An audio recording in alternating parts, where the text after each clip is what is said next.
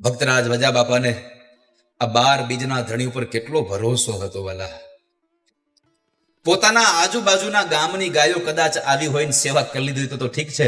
આ તો છેક રાજસ્થાનથી આવેલી 30,000 ગાયોની સેવા દુષ્કાળમાં કરીને નિભાવી હતી વાલા. અને વળી પાછું કોઈ એને પૈસા આપે એ ગમે નહીં, કોઈ પાસે માગવા જવું પડે ને ગમે નહીં. એ હા એ વ્યાજે પૈસા લઈ આવે પણ કોઈ દિવસ કોઈ પાસેથી આમ ઉછીના લઈ આવીને કોઈ કામ કરે. મને ભક્તો કહેતા હતા એને આખું જીવન પોતાનું સમાજની સેવા માટે જ, જીવને કેમ રાજી કરવો, બસ જીવને રાજી કરવા માટે થઈને સેવા કરી. મારે તમને ધર્મ જ નહીં મહાધર્મ અને હિન્દુમાં પીર થઈને પૂજાણા ભગવાન રામદેવજી મહારાજ, જેનો પાઠ પુરાય, જેનો જ્યોતનો ધણી છે મારો રામદેવજી મહારાજો. રામા કહું કે રામ દે, હીરા કહું કેલા, જેને જેને રામા પીર ભેટિયા,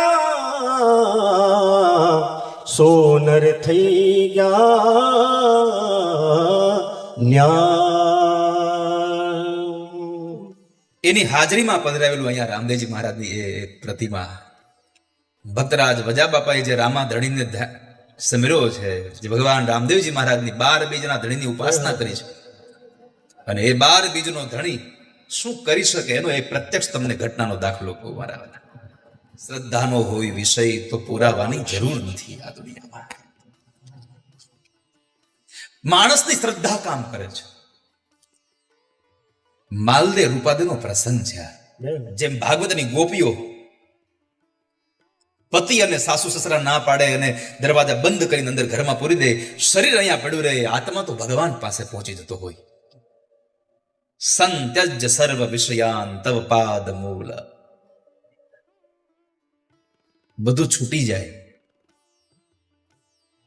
અરે ધન સંપદા છૂટની વાત નથી, જ્ઞાતિ જાતિના ભેદ છૂટી જાય, ગરીબ તબંગરના ભેદ છૂટી જાય, મારું ને તારાનો ભેદ છૂટી જાય. એ 12 બીજના ધણીના પાઠનો અધિકારી બને મારા વાલા. એની જોતું જ રહેતી હોય.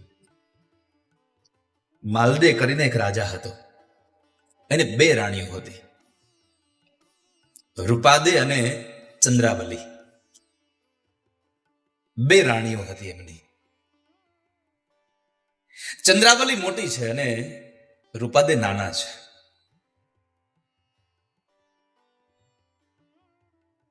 ચંદ્રાવલી હતી રાજઘરાણાની એક દીકરી હતી, એ કુંવરી હતી, એટલે કામકાજમાં થોડીક નિપુણ હતી. એટલે રૂપાદે એના બેના મહેલ અલગ અલગ હતા રહેવા માટેના. એટલે રૂપાદે એના મહેલની અંદર શું કરે છે એની ઉપર ચાંપતી નજર રાખે. એક વખતના સમયે સવારની અંદર રૂપાદે પોતાના મહેલના ઝરૂખામાં બેઠા છે, અને એ ઝરૂખામાં જ્યારે બેઠા હતા ત્યારે એક રસ્તો હતો ને એમાં નજર ગઈ એની. જે દાસી હોય એને એ સમયમાં બાનડી કહેવામાં આવતી. રાણી સાહેબાની બાનડી હતી એ, અને એ બાનડી પાણી ભરવા ગયેલી, પાણીના માટલા માથે લઈ અને આવે છે. ઘટના એ ઘટી કે જે માર્ગ ઉપરથી ઓલી બાનડી પાણીના માટલાઓ પોતાના માથા પર મૂકીને ચાલી આવે છે, એ સમયે 2 આખલાઓ રસ્તામાં બાંધી રહ્યા છે. સવારનો પહોર છે એટલે આખલાઓ બી બાંધતા હતા. એટલે એ આખલાથી બચવા માટે ઓલી બાનડી એક મકાનનો ઓટો હતો, એ ઓટો પર ચડી જાય છે બચવા માટે. પણ થયું એવું કે ઓલા મલ કુસ્તીનું જેમાં યુદ્ધ થતું હોય એમ પેલા 2 આખલા બાંધતા બાંધતા પેલી બાનડી પાસે જે જગ્યાએ ઊભી હતી ત્યાં ગયા છે. અને એ જગ્યાએ જે આખલાઓ ગયા, જે બાનડી ઓલી ઓટા ઉપર ઊભી છે, માથા પર બેડું ભર્યું છે, હેલ ભરી છે, અને આ બાજુ રૂપાદેની આંખો ફાટી જાય છે. આ શું? પોતાની નજરે જોવે છે આ ઘટના, અને ઘટના અસાધારણ નહોતી વાલા. સાધારણ ઘટનાઓ નહોતી, એવી દિવ્ય ઘટના ઘટી ગઈ કે પેલી બાનડી જે ઓટા ઉપર ઊભી છે, બે આંખલાઓ બાંધતા બાંધતા એની પાસે ગયા છે, માથા ઉપરના બેડાઓ પડી જવાની સ્થિતિમાં હતા, અને એ સમયે બાનડીના માથા ઉપરથી એક વેત માટલા અધર જઈને નિરાધાર ઊભા છે એમનેમ. એટલે રૂપાદીને થયું આ શું? એના માથાથી અળગા થઈ અને માટલા એમને ઉભા રહી છે, આ શું? આવો ચમત્કાર જોયો નથી ક્યારે. બાનડી આવે છે, બેડું ફરી એના માથા ઉપર આવી ગયું દાસીના. રૂપાદીને થયું મારે હવે આ ચમત્કાર વિશે મારે પૂછવું છે, આ ઘટના વિશે આ દાસીને. જ્યારે બાનડી રૂપાદે પાસે આવે છે ત્યારે એમણે કહ્યું, સવારનો જ થયેલો એ પ્રસંગ હતો, એ ઘટના હતી. એને કહીને કહ્યું કે બાનડી આવું થયું કેમ? વાત સાંભળીને તો બાનડીને એવું થયું કે આવું થતું હશે, પણ પછી થયું કે ના, કદાચ અમારા ગુરુની કૃપા હોય મારા ઉપર. આ કદાચ મારું નહીં, મારા ગુરુની જ કૃપા હશે મારા ઉપર. મારા સમર્થ ગુરુ એને મને ધ્યાનમાં ઊંડી ઉતારી હશે, તો કદાચ આ ઘટના ઘટી હોય. ગુરુ મહારાજની યાદ આવી અને બાનડીની આંખોમાંથી આંસુઓની ધારા વહી ગઈ છે. એટલે રૂપાદેથી ન રહેવાય. એટલે રૂપાદે કહ્યું કે દાસી, તારે ન કહેવું હોય તો કાંઈ વાંધો, તું રડીશ નહીં. તારે તારા ચમત્કારની વાત ન કરવી હોય તો કાંઈ વાંધો નથી, મારે નથી જાણવું, પણ તું રડવાનું છોડ દે. ત્યારે દાસી એમ કહે છે કે બા સાહેબા, મારી આંખમાંથી એ દુઃખના આંસુ નથી, આ મારી આંખ હવે હરખના આંસુડા રડે છે કે મારા ગુરુની અસમ કૃપા મારા ઉપર થઈ. આ તમે મને એનો ઉદાહરણ આપ્યું, તમે મને પ્રત્યક્ષ કરાવ્યું, અને આ ઘટના ઘટી હશે એનું એકમાત્ર કારણ હશે મારા ગુરુના પ્રતાપે વહેલી સવાર હતી, એટલે હું સવારમાં ભગવાનના નામમાં ધ્યાનમાં હશ. કદાચ હું ભગવાનના ધ્યાનમાં બેઠી હશે, એ ભગવાનના ધ્યાનમાં મારું મન લાગી ગયું હશે, એટલે કદાચ મારા ગુરુને અસીમ કૃપાથી ભગવાને મારી આ રક્ષા કરી હશે.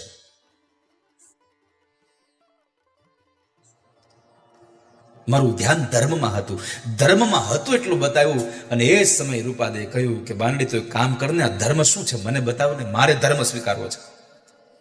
બાનડી કહે છે, અરે રાણી સાહેબા શું કહો છો? બા સાહેબા, આ ધર્મ તમે સ્વીકારી શકશો ધર્મ? આને ધર્મ નથી કહેવાતું, આને મહાધર્મ કહેવાય છે. આને મહાધર્મ તરીકે ઓળખો છે. અને આ ધર્મમાં રાણી સાહેબા નાત જાતનો કોઈ ભેદ ન હોય. અમારે તો ગમે ત્યાં પાઠ પુરાય, જ્યાં જ્યોત જલતી હોય ત્યાં અમારે જવાનું હોય, જ્યાં થતું હોય ત્યાં અમારે જવાનું હોય. બધું છોડીને જઈ શકાય ને તો થાય, પણ હવે તમે બા સાહેબા, તમે કઈ રાણીપણું છોડી નહીં શકો આમાં. અરે ક્યારેક તો અમારે ગમે તેની ઘરે પ્રસાદે લેવાનો હોય, તમારથી બનશે? અને રૂપાદે કહ્યું કે તારો ઓલો માટલાનો જે ચમત્કાર જોયો છે ને, પછી મારા મનમાં એક ગાંઠ વળી ગઈ છે કે તું બતાવી ધર્મમાં જે કરવું પડે કરવા હું તૈયાર છું, પણ મને એકવાર આ ધર્મનો મને સ્પર્શ કરાવી દે. તું જે કહે કરવા તૈયાર છું, પણ તું જલ્દી મને હવે આ ધર્મ બતા. ધર્મને પાળવા માટે, ધર્મને અધિકાર માટે અધિકારી છે રૂપાદે. પણ છતાં પણ બાનડીએ એક કસોટી કરી છે.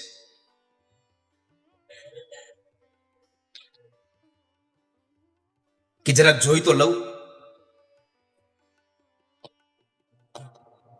કે બા સાહેબા શું કરી શકે છે. તો કહે છે, બા સાહેબા, તમે ધર્મ સ્વીકારવામાં ના નથી, પણ તમને ખબર છે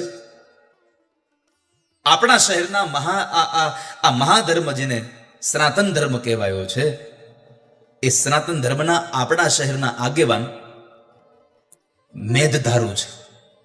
એ મેઘધારુ છે અને જાતે વળી પાછા મેઘવાળ છે, એટલે કે હરિજન છે, અને આ તો સનાતન ધર્મ છે.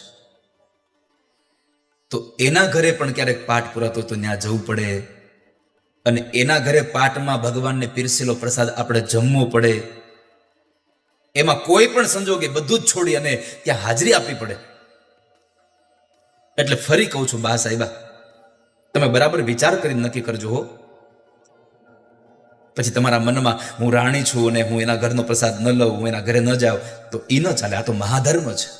પણ રૂપાદેએ કહ્યું કે તું જે કે તે કરે, પણ તું એકવાર મને આ મહાધર્મને સ્પર્શ કરાવી દે, મને તારા ગુરુને મેળવી દે. તો કહે છે કે રાહ જુઓ, મારા ગુરુ વધારશે એટલે હું મારા ગુરુ પાસે તમને લઈ જઈશ. અને મારા ગુરુ છે ઉગમસિંહ દાદા, એ અમારા ગુરુ છે અને હું તમને એની પાસે લઈ જઈશ. એ તમને રહસ્યની વાતો સમજાવશે. બાનડીએ ખાતરી આપી છે કે હું તમને લઈ જઈશ, પણ વારે વારે રૂપાદે કહે છે કે હવે તારા ગુરુ આવ્યા કે નહીં. અને એવામાં બરાબર બીજનો દિવસ આવે છે અને બીજના દિવસે મેઘધારુને ત્યાં અનેક સંતો ભક્તો આવ્યા છે. ગુરુદેવ ઉગમસિંહ દાદા પણ આવ્યા છે અને ત્યાં જવાની વાત છે. ગુરુ મહારાજની સ્વાગત થાય છે, એની ચરણની વંદના થઈ છે. ઓલી બાનડી છે એ ગુરુ મહારાજ ઉગમસિંહ દાદાને રૂપાદાની વાત કરે છે. મેઘધારુએ પણ કહ્યું કે ગુરુદેવ મહાન સતી છે હોય, નિજ ધર્મમાં જેનો મન લાગી ગયું છે, હવે મહાધર્મમાં જેની ચાહના થઈ ગઈ છે, આસક્તિ થઈ ગઈ છે. અરે સંત માળાનો ઝળહળતો એક મણકો છે.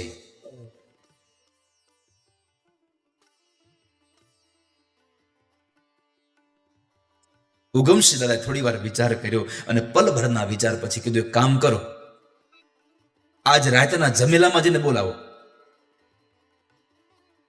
રાત્રે પાઠ પૂરવામાં આવે અને પાઠમાં જે જ્યોત પ્રગટાવવામાં આવે એને જમેલો કહે છે. આ મહાધર્મમાં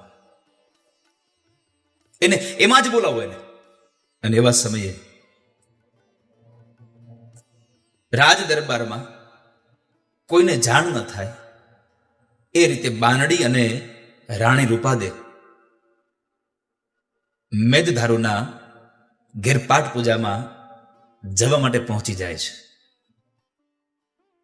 ગુરુ ઉગમસિંહ દાદાએ એમને ધર્મનો બોધ આપ્યો છે, આશીર્વાદ આપ્યા છે, રવાના કર્યા છે. અને એકવાર ઉગમસિંહ દાદાને મળ્યા પછી, ધર્મનો રહસ્ય જાણ્યા પછી રૂપાદીમાં એટલું જબરજસ્ત પરિવર્તન આવ્યું. એના આંગણામાં તુલસીનો ક્યારો વવાડાયો. આખો દિવસ ધર્મમાં રહે, આખો દિવસ ભગવાનના ધ્યાનમાં રહે, આખો દિવસ ભગવાનનું ભજન જ કર્યા કરે. રાજાની માલદીની જે બીજી રાણી ચંદ્રાવલી હતી, એને એમ થયું કે આવડી આ રાજાને માનીતી થવા માટે થઈ અને બધા ટૂચકા કરતી લાગે છે, પણ હું એને પહોંચી વળીશ, મૂળમાંથી જ એનો કાંટો કાઢી નાખીશ. એને મૂળમાંથી કાંટો કાઢી નાખ્યો. યાદ રાખજો, જેની દ્રષ્ટિમાં જ દોષ હોય અને જેના વિચારોમાં જ વિકાર હોય એને સામેવાળા માણસનું કોઈ દી સારું કામ ગમે નહીં. કોઈ યારે જેની દ્રષ્ટિમાં દોષ હોય, જેના વિચારોમાં વિકાર હોય. સમય પસાર થાય છે. આ બાજુ રાણી ચંદ્રાવલીના મનમાં હવે પોતાને જ એક કીડો ઉદ્ભવ્યો થયો કે રૂપાદે કદાચ આવું એટલે કરતી છે મારો કાંટો કાઢી નાખવા હાટું, મને પોતાને જ મારી નાખવા માટે આવું કરતી હશે. હવે ચંદ્રાવલી એક જ વિચાર કરે છે, ગમે તેમ કરીને આને લાગમાં લેવી, ગમે તેમ કરીને હવે આનો કાંટો કાઢવો છે. એટલે ચંદ્રાવલી રાજા માલદેના કાનની અંદર રૂપાદેના વિચારોમાં શંકા કુશંકા નાખ્યા કરે છે, ભેદભાવ નાખ્યા કરે છે, મીઠું ને મરચું ભભરાવ્યા કરે છે.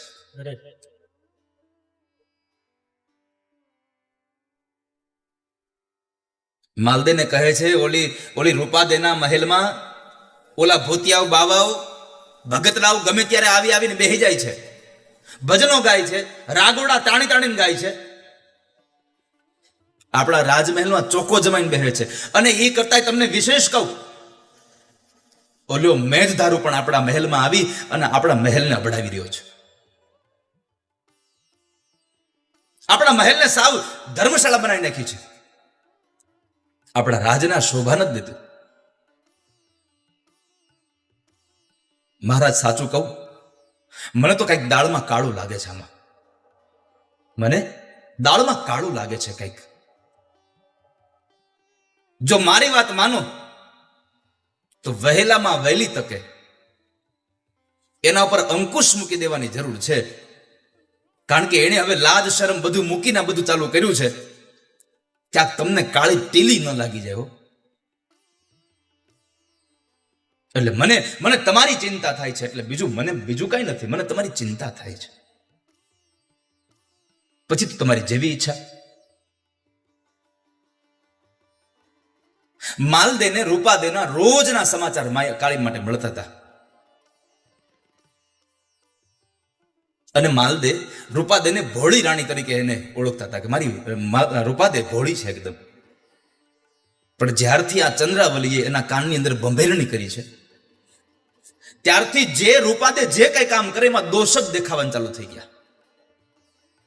જે કામ કરે એમાં દોષ દેખાય, જે કામ કરે એમાં દોષ દેખાય.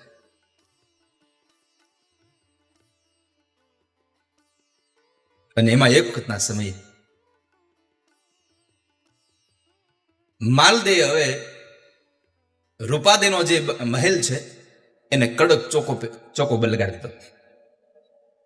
સખત એવી ચોકી પેરી કરાવી દીધી. બંદીખાનામાં જેને પૂર્યા હોય માણસને એવી હાલત રૂપાદેની થઈ જાય છે. અને ખબર પડી ગઈ આ કાર બધું ચંદ્રાવલીનું છે. મારા પતિને મહારાજને મારી શંકામાં નાખીને મારાથી સૌ નારાજ કરી દીધો છે.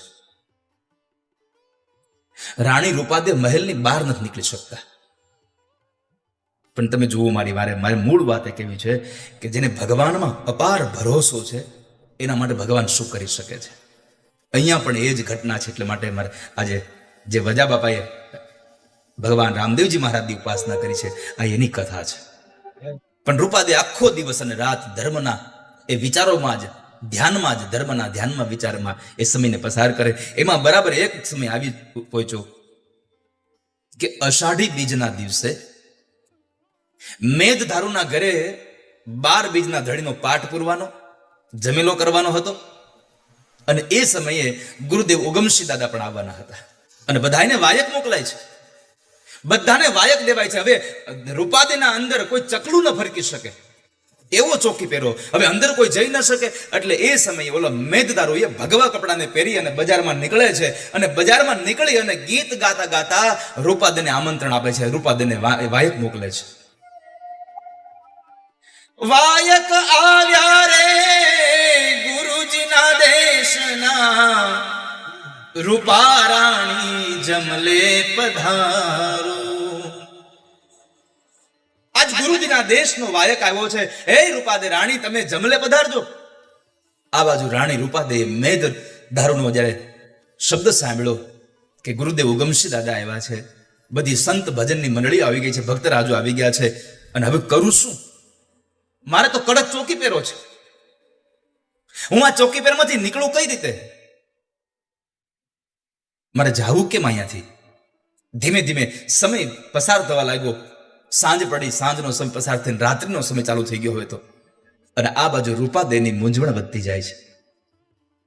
શરીર અહીંયા મહેલમાં છે અને આત્મા મેઘધારુના ઘરે પહોંચી ગયો છે. ગુરુદેવ ઉગમસિંહ દાદાના ચરણોમાં પહોંચી ગયો છે, ભક્તોની મંડળીમાં પહોંચી ગયો છે કે ત્યાં શું લોકો ભજન કરતા હશે. મેઘધારુ કહે છે કે આપણા ગુરુજી પાટે પધાર્યા છે, તમે સમજી અને શબ્દે ચાલો રે. અને પહેલાના સમયમાં સમજણ બહુ હતી વાલા. પહેલાના સમયમાં સમજણ બહુ હતી. રાખીને વાત કરજો. બસ આટલા શબ્દોમાં બધું આવી ગયું. એક કાગળ લખો ને એમાં લખ્યું રાખીને વાત કરજો. દેવાયત બોદર એમ લખીએ કે જાઓ આ પત્ર મારા ઘરે આપી આવું અને નવગણને લઈ આવો. પણ રાખીને વાત કરજો આટલું કર્યું ને અહીંયા પત્ની સમજી જાય છે. નવગણને રાખી અને પોતાના દીકરાને આપી દે છે. અને મેં હંમેશા કહ્યું છે, સંબંધો સમાધાનથી ટકે ને એમાં મજા નથી, સંબંધો સમજણથી ટકે એમાં બહુ મજા છે. આ બાજુ મેઘધારુએ કહ્યું કે તમે પધારજો. ને આ બાજુ રૂપાદેના મોઢામાંથી અવાજ નીકળ્યો, હું કેમ આવું ગુરુ મારા દેવંચી, સુતો માલ દે જાગે જી. મારો માલદેવજી જાગે છે, હું કેમ આવું? અને મને તો બંદીખાનામાં નાખી દીધું, કેમ આવીશ? આ બાજુ મેઘધારુના ઘેરે અલખનો પાઠ પુરાઈ ગયો છે, જ્યોતું પ્રગટી ગઈ છે, અને એટલા લોકો આવી બધા ગત ગંગામાં સ્નાન કરી રહ્યા છે. અને પછી નક્કી કર્યું, લાવ ગમે તેમ કરીને જાવું તો છે. અને પોતાના ઓરડાની અંદર ગયા છે, અને પોતાના ઓરડાની અંદરથી એને 1.25 લાખ રૂપિયાની ઓઢણી કાઢીને માથે ઓઢણી વળી છે. નાકની અંદર 1 કરોડ રૂપિયાનો હીરો પહેર્યો છે, એને નથડી પહેરી, હાથમાં કંગન પહેર્યા, 16 શણગાર સજ્યો, અને થાળ ભર્યો સજ મોતીડેથી, હાચા મોતીનો થાળ ભર્યો ભગવાન રામદેવજી મહારાજના પાઠને વધાવવા માટે. માથે વસ્ત્રને ઢાંકી દીધું, રેશમી કપડાને ઢાંક્યું છે. અને ચાલતા થાય એટલું નહીં, મોજડી પહેરી રે મોતીડે મઢી, પગલા જા કમજોડ થાય રે. મોતીડેથી મઢેલી એ મોજડીઓને પગમાં નાખી અને હાલતા થાય છે. પટારામાંથી 1.25 લાખની ઓઢણી કાઢીને કપાળમાં ટીલડી લગાવી, હાચા મોતીનો થાળ ભર્યો, પગમાં મોજડી પહેરી અને ચાલતા થાય છે. અને આખી દુનિયાની જેને નિંદ્રા ભેગી કરી અને એના શહેરના લોકોને ઓઢાડી દીધી હોય. પણ જ્યારે આમ ચાલતા થયા ને તો એક ચમત્કાર થયો છે. ચમત્કાર એ થયો કે રાણી રૂપાદે ચાલતા થયા, અને એ સમયે રાણી રૂપાદેના પથારાની અંદર એનો પલંગ છે, એ પલંગની અંદર 5 ફૂટનો વાસુકી નાગ આવીને આમ સૂતો છે, જાણે રૂપાદે સૂતી હોય. આંખમાંથી દડ દડ અશ્રુની ધારા થઈ ગઈ કે મારો ઠાકોરજી મારી વારે આવ્યો છે, મારો હરિ મારી વારે આવ્યો છે. પ્રણામ કર્યા છે, અને પોતાને ઓઢવાની જે ચાદર હતી એ વાસુકી નાગને ઓઢાડી દે છે. વાસુકી નાગને ઓઢાડી દે છે. અને રૂપાદેના મનમાં એક જ વિચાર આવ્યો કે વાસુકી નાગ મારા પલંગની રક્ષા નહીં, મારી રક્ષા કરવા માટે આવ્યો છે. કારણ કે હું અહીંયાથી જાઉં અને કદાચ મારી પાછળથી કોઈ કાવતરું કરી અને ન કરવાનું કાવતરું કરીને માલદેના મનની અંદર શંકા નાખે તો માલદે મને મારી નાખે, મને કાપી નાખે. પણ મારા જીવને ક્યારેય કોઈ કલંક ન લાગે, એટલે મારો ભગવાન, મારો ઠાકોરજી મારી વારે આવ્યો છે. વાસુકી નાગને પગે લાગી અને રૂપાદે નીકળે છે.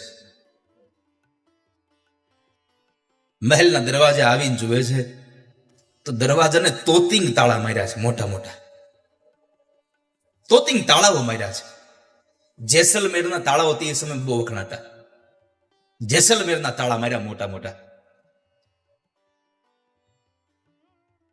અને દરવાજો બંધ કરેલો છે, તાળું મારેલું છે, અને અહીંયા દરવાજાની આડોલો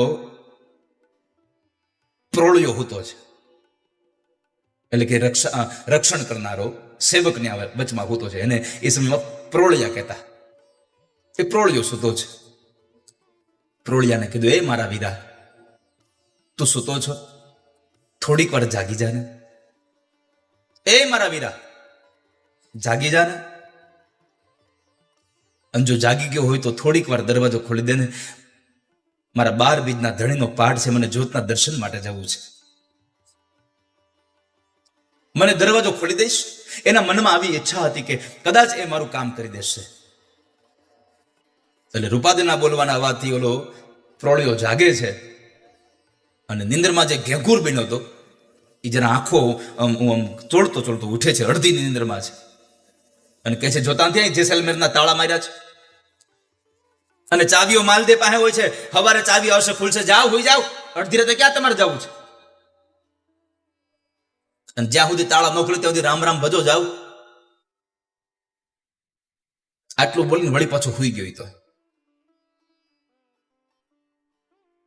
પલંગમાં વાસુકી નાગ હોતો છે, દરવાજે તોતિંગ તાળા માર્યા છે, દરવાજાની આડોલો પ્રોળિયો હોતો છે. કરવું શું? ચાવી રાજા માલદે પાસે છે. અને આંખો બંધ કરી અને એ રૂપાદયે અલખ ધણીનું ધ્યાન ધર્યું જ. વાલા આંખો બંધ થઈ ગઈ હવે કે હે નાથ, શું કરું હું? મારે તો ઘણું આવવું છે. મારે જ્યોતના સાચા ભાવથી દર્શન કરવા છે. હે જ્યોતના ધણી, હે 12 બીજના ધણી, મારી વારે આવજો. અંતરમાંથી પોકાર થયો અને એવા સમયે ઉભા રહી અલખ આરાધિયા, ખુલ્યા ખડગ બારીના દુબાર. મોટા દરવાજા હોય ને એમાં નાની એવી બારી હોય, ખબર છે? આખો દરવાજો ન ખુલતો હોય, પણ નાની બારીમાંથી માણસ પસાર થઈ જતો હોય, અને જાણે તાળા ખોલવાનો અવાજ આવતો હોય એવો અવાજ રૂપાદના કાને પડ્યો છે. આંખ ખોલી, આંખ જ્યાં ખુલે છે તે જુએ છે તો ઓહો, તે તો ખડકી ખુલી ગઈ છે. પ્રોળિયો હોતો છે. આખી દુનિયાની નિંદ્રાને લાવીને જાણે ઓલા સૈનિકોના માથા મૂકી દી હોય, જેમ ભગવાન કૃષ્ણ જન્મતા હતા ને મથુરાના એ કારાવાસમાં બધાને સુવાડ્યા હતા, એમ અહીંયા રામદેવજી મહારાજે બધા લોકોને સુવાડી દીધા. માલદીના રાજાઓને, એ માલદીના દરેક સૈનિકો સુતા છે. બહાર જવા માટેની ડોકાબારી ખુલી ગઈ છે. અને એ અંધારી રાતમાં રૂપાદે જલ્દી બહાર નીકળી જાય છે. અને બહાર નીકળ્યા ને તો ઝીણો ઝીણો પવન ને ઝીણો ઝીણો વરસાદ વરસે છે. અષાઢી બીજનો, અષાઢી બીજના અમી છાટણા થઈ રહ્યા છે. એકદમ ઘેઘૂર અંધકાર છે, પણ જે વીજળીઓ થાય છે એ વીજળીના અજવાળે એ રૂપાદે માર્ગ શોધીને ચાલતા થયા છે. ઘણા બધા વિઘ્નોને પાર કરી અને મેઘધારુના ઘરે આવે છે. ધણીના દરબારમાં આવી અને રૂપાદેને આનંદનો પાર ન રહ્યો. આંખમાંથી આનંદના અશ્રુઓ નીકળી ગયા. આજ હું ધન્ય બની, મને મારા રામા ધણીનો પાઠનો પૂજા થયો, મને એના દર્શન થયા છે. અલગ ધણીના દરબારમાં રૂપાદેના આગમનથી ઓલી જે જ્યોત હતી ને એની જ્યોતનો જળહળાટ વધી ગયો છે. ગુરુ મહારાજના અને જ્યોતના દર્શન થકી રૂપાદે ધન્ય થયા છે. રૂપાદેના આગમનથી બાનડી સહિતના બધા લોકો આનંદિત થયા છે. બધા લોકો આનંદ કરે છે. પાઠને એક પરિક્રમા કરી છે. હાચા મોતીથી પાઠને વધાવ્યો છે, જ્યોતને વધાવી છે. રૂપાદે ઓવાળના લીધા છે. એક સોનામોર પાટમાં ધરી છે, અને સોનામોર ધરી અને ભજનની જે મંડળી